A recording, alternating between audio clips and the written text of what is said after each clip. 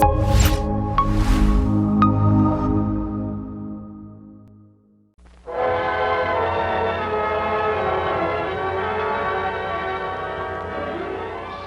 for Star Playhouse presents Dick Powell, Charles Boyer, David Niven, Ida Lupino.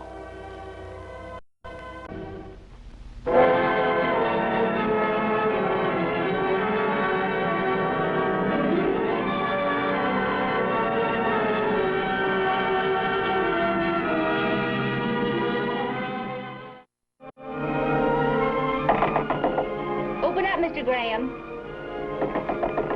I know you're in there. I'll use my pass key.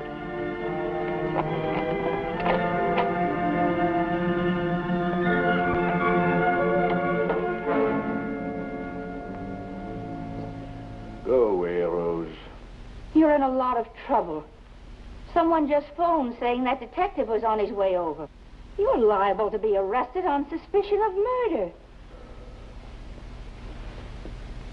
I know. What did you do to your wife, Geraldine, Mr. Graham? Where is she? Look around. Her colognes, her perfumes. See? All her clothes. Her magazines. Even her cigarette.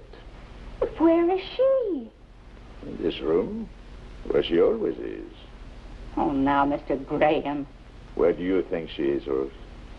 Well, you've got me. I'm on a merry-go-round. I don't know what to think. You seemed like such an ideal couple. When I'd see you and your wife together... What was that you said? When was the last time you saw Geraldine? Well, I've been trying to remember, but about a month ago. A month ago, eh? A month ago. You'll stop laughing when they arrest you for murder. Oh, come now. How could I have killed my Geraldine? Then where is she? Where she always was. Yeah. What are you talking about? It's true. She's an idea, nothing more. She's my idea. I'm not crazy, Rose. My reasons for creating Geraldine were most sensible, I assure you. It was the only way I could finally make something of my life. You see, I had always been lonely, and I had settled long ago for being a failure.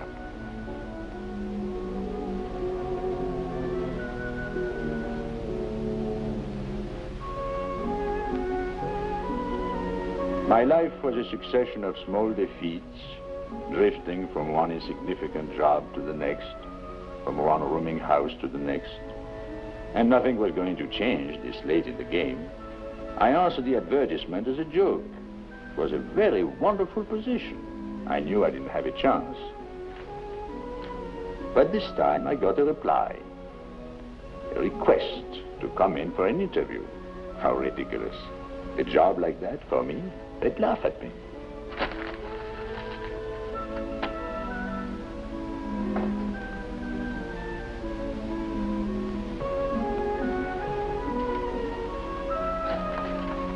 But I suppose hope is the last thing to die in a man.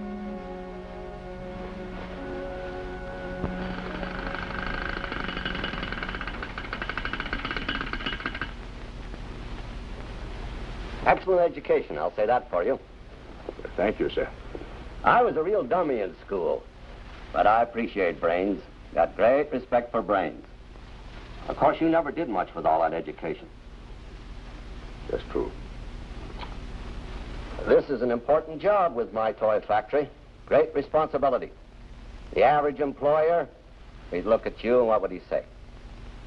Dated, seedy, uninspired, unaggressive, dull.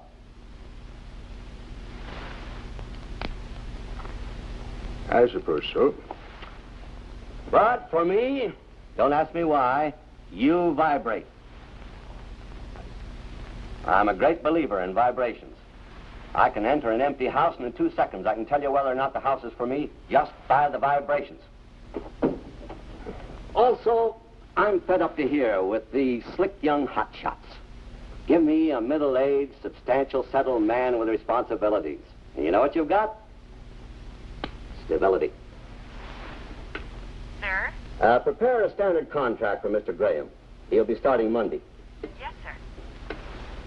2 things I believe in, Graham. Vibrations and stability. I wouldn't have a man in an important job who didn't vibrate for me personally. And who didn't have a wife and family to come home to when the day's work is done. Ethel, John Jr., Herm, Pete. How many kids you have, Graham? This little Petey, he's going to be the wolf in the family. Look at that gleam. How many? Kids. None. But you're married, of course. Well, I don't know if you mentioned it in your letter. I just assumed. You are married. Yes, yes. Of course.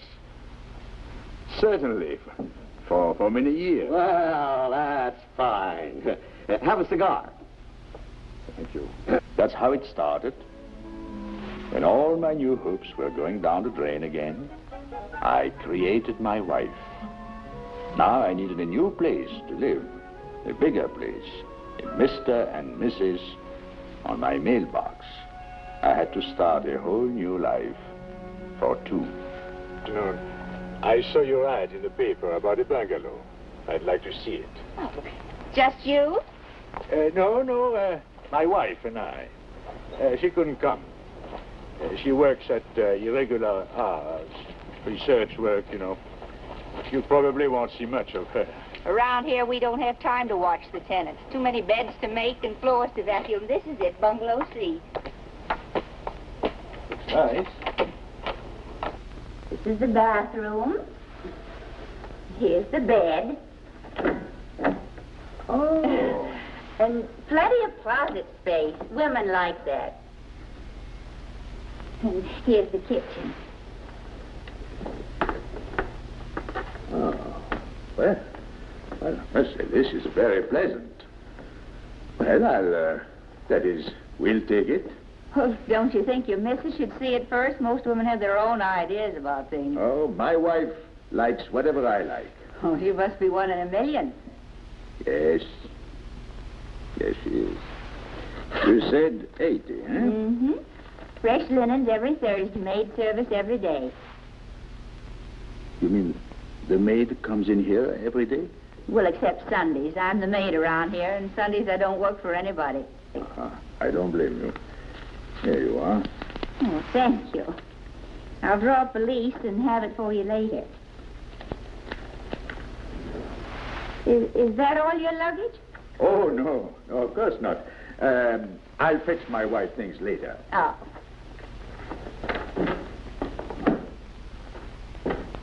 May I help you? Well, I'll take these. They're for my wife. All of them? Yes, it's her birthday. This is size 16, size 9, size 32. But you must have one of those new adjustable models. Oh. Well, I must say I don't know much about shopping. You men are such frauds. What do you mean? Well, you're so high and mighty until you enter a woman's shop, and then you just shrink into nothing. Now, tell me, is she tall or short? Is she slim or plump? Describe her to me. Give me some idea of her coloring, of her temperament, so I can know what to pick out. What is your wife like? Well, it's a little difficult. She's slim, graceful, very dainty. No more than 5 feet tall. Blonde, but ash blonde, nothing gaudy. Her eyes are a lovely gray, with a little twinkle. Of course, she's no girl anymore, but still she has the excitement of youth and the charm and dignity that comes with years. She's very beautiful. You're very generous. I'll show you a few things. Thank you very much. Oh.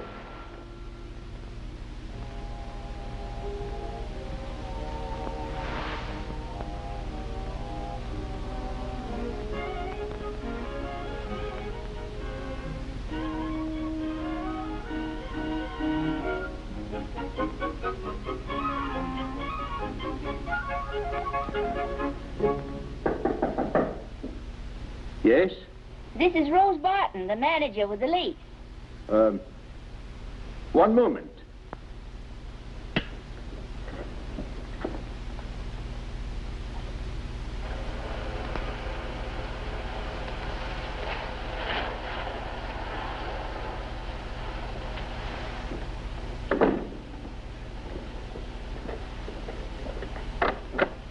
Oh, come in.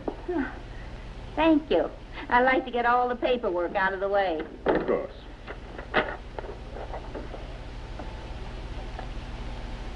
Your wife like the place? Oh, very much. Very much indeed. No complaints. No complaints? She sounds too good to be true. Here you are. Oh, your wife has to sign it, too. Oh. Well, she's in the shower now. Well, that's all right. Just have her drop by the office when she has the time. All right. Now, wait. As long as you're here, I'll take it in and have her sign it now. I'm coming in, sweetheart.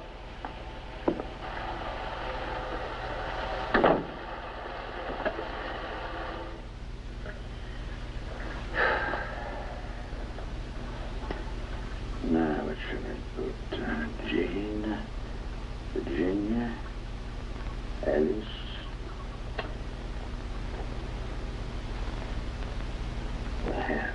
Geraldine.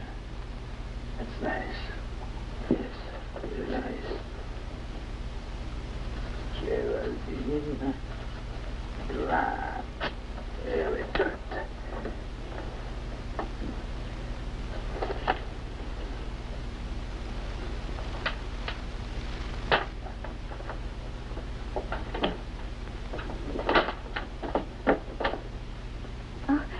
I was admiring her clothes. She has very good taste. Why, thank you. Never had much time for nice clothes myself, and aprons my specialty. Here is the lease. Oh, excuse me. It's a little wet. Thank you. I hope to meet Mrs. Graham soon. By the way, I guess Geraldine is not too good to be true after all. There is one complaint. Oh. She says the water is not hot enough. Spoke too soon, huh? All right, I'll check the heater.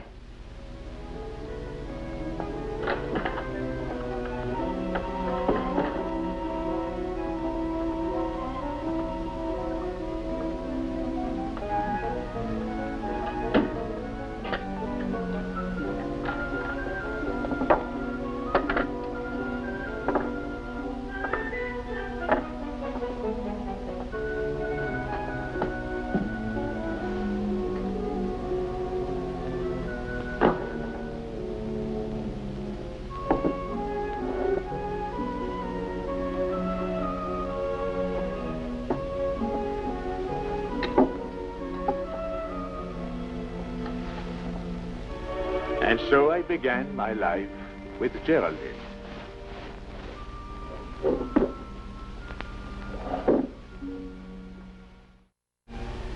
You say Geraldine doesn't exist, but the mailman brings her magazines, letters. I subscribe to the magazines.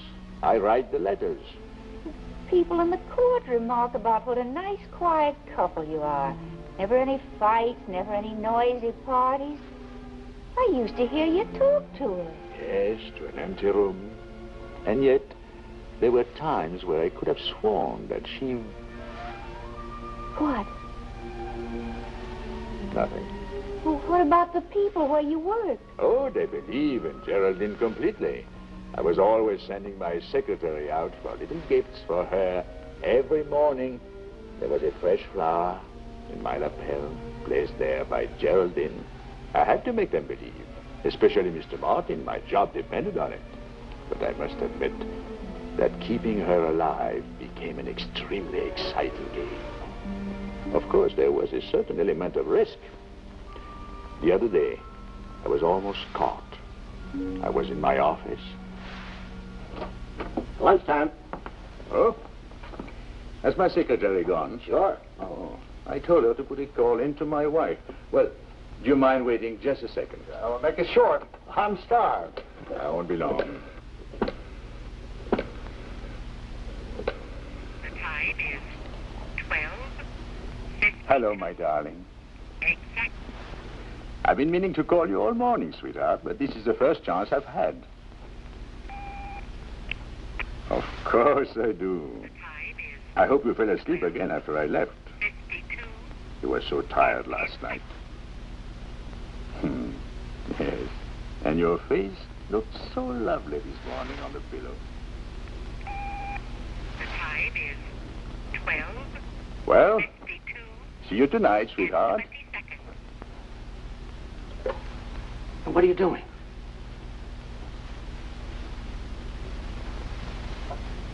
It's already hung up. You got a lot of nerve doing that. I was just going to call you to tell you to step on it. You say, hey, remember, I said I was starved. What did you hear? Nothing. You'd already hung up. Why did you do that? I'm sorry. I'm sorry. I didn't know you were so touchy. With everything that concerns my wife, I am extremely touchy, Mr. Peters. Please remember that. Well. Harry, wait for me. Oh. I looked into your office, but you're already gone. What are you doing tonight? Oh, nothing special. Some work. My wife wants you and your missus over for the evening. Oh, but I don't... I've been telling her there is such a thing as a perfect marriage, and she's dying to meet you two. Been pestering me for days. She's a bug on the Ouija board. Wants to do a reading on Mrs. Graham. Well, look, Well, she telephoned just a few minutes ago, and I'm instructed to insist. Let's say around 9. See you then. Oh, Mr. Martin, wait.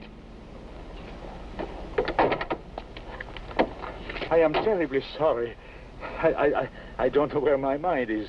I guess I'm so worried about Geraldine. Why, we couldn't possibly come tonight. She has been quite ill with the flu for the last week. Oh, I'm sorry to hear that. Yes, and the doctor says she'll have to stay in bed for a few days longer. Yes, he's afraid of complications. Well, let me know when she's feeling better. I will. But take my word for it, if Ethel's decided to meet Geraldine, she'll come to your house and break the door down in order to do it. Very determined woman, my wife.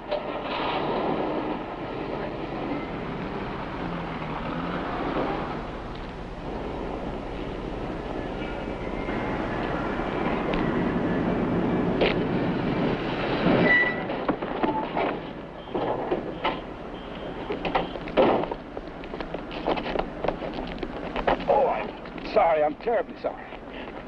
Are you all right? That's all right. Case of emergency notified Geraldine Graham, Hillside 3674.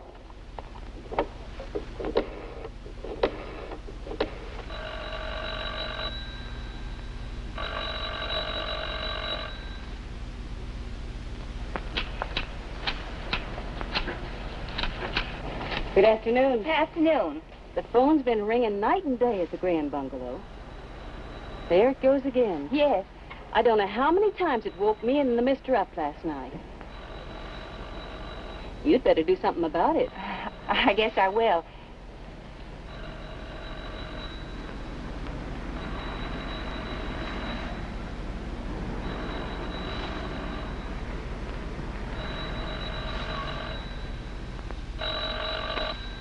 Hello? Mrs. Graham, please. Oh, she's not in just now. Is there a message? Oh, this is General Hospital. Her husband's been in an accident. Is he hurt bad? Oh, no, not seriously at all. It's just a slight concussion. He'll be getting discharged today or tomorrow. But he was unconscious last night, and we've been trying to reach his wife. Well, I'll leave a note for her to call the hospital the second she comes in. Fine. And please tell Mr. Graham that I sent my best wishes. This is Rose Barton. All right, I will.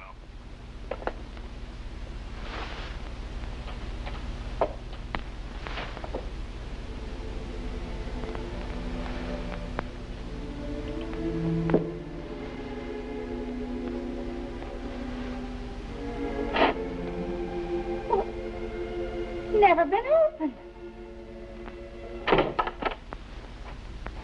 Oh, there you are, Mrs. Graham. I'm not Mrs. Graham. I'm the manager. Oh, well, when I called the hospital, they said they hadn't been able to reach Mrs. Graham. I got worried, her being so sick. Is she okay now? Well, I didn't know she was sick. Well, Harry said she'd been in bed for a week. Has to stay there. Look. Oh, I don't understand. Then it's unanimous, neither do I.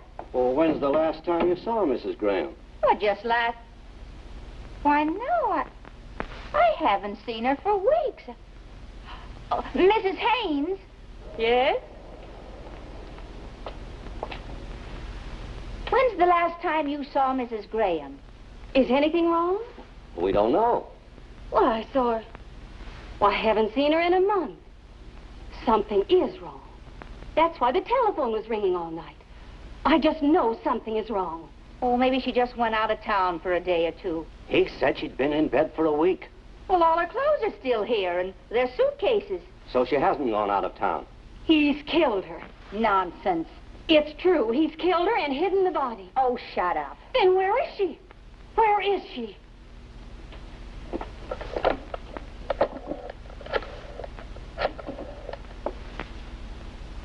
I want the telephone number of the Acme Detective Agency. Yes, I'll wait. Well, eventually it had to happen.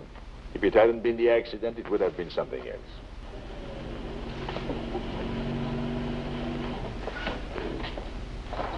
This must be the detective. Oh, well, what am I going to tell him? The truth. What else can you tell him? The truth. But you think he will believe me? And even if he does, what would it mean to my plans? Everything down the drain. The truth. Let him in, and then keep your mouth shut.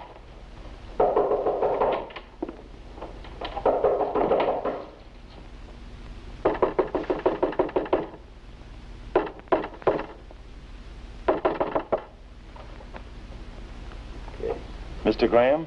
Yes? Mr. Graham, my name's Fred Blake. I'm from the Acme Detective Agency. I tried to reach you at the hospital. They told me you insisted upon being discharged today. That's true. You shouldn't take chances on your health, Mr. Graham. What can I do for you? For me, nothing. My client has a very unusual request. He wants me to tip my hat to your good wife. Upon so doing, I'm to beat a hasty retreat and go on to other things. Simple? Look, I'm sorry. I'm not feeling very well, and I've got further instructions.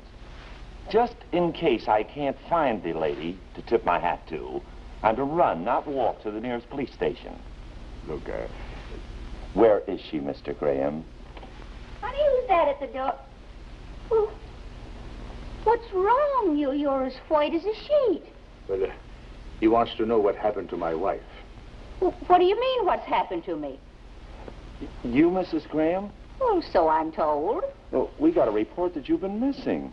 Missing me? Oh, I've been at my sister's house for a few days, if you can call that missing. Who's been turning in reports on me? I'd rather not say. Well, you get out of here and go on about your business, coming here on such stupid gossip. Why, look how you've upset him. For 2 cents, I'd hire a lawyer. Lady, please, I'm going. I'm sorry if I caused you any inconvenience. We got out of here in a hurry. You were terrific, Rose. Helen Hayes could not have done it better. Of course, I suppose the truth will have to come out sooner or later. But you know, somehow I'm not really afraid. I don't feel so alone anymore. There's one sure way to solve everything. What's that? You should really get married, Mr. Graham. You need someone to look after you. It's no good to be alone all your life. You need someone to care about you. But bigamy is against the law, Rose. Bigamy? Yes. You see, I can convince everyone else that there is no Geraldine. But I can't convince myself. I can't get her out of my mind. Her beauty, her loveliness. Oh, I know that she doesn't really exist. But when I close my eyes, she's right here, beside me.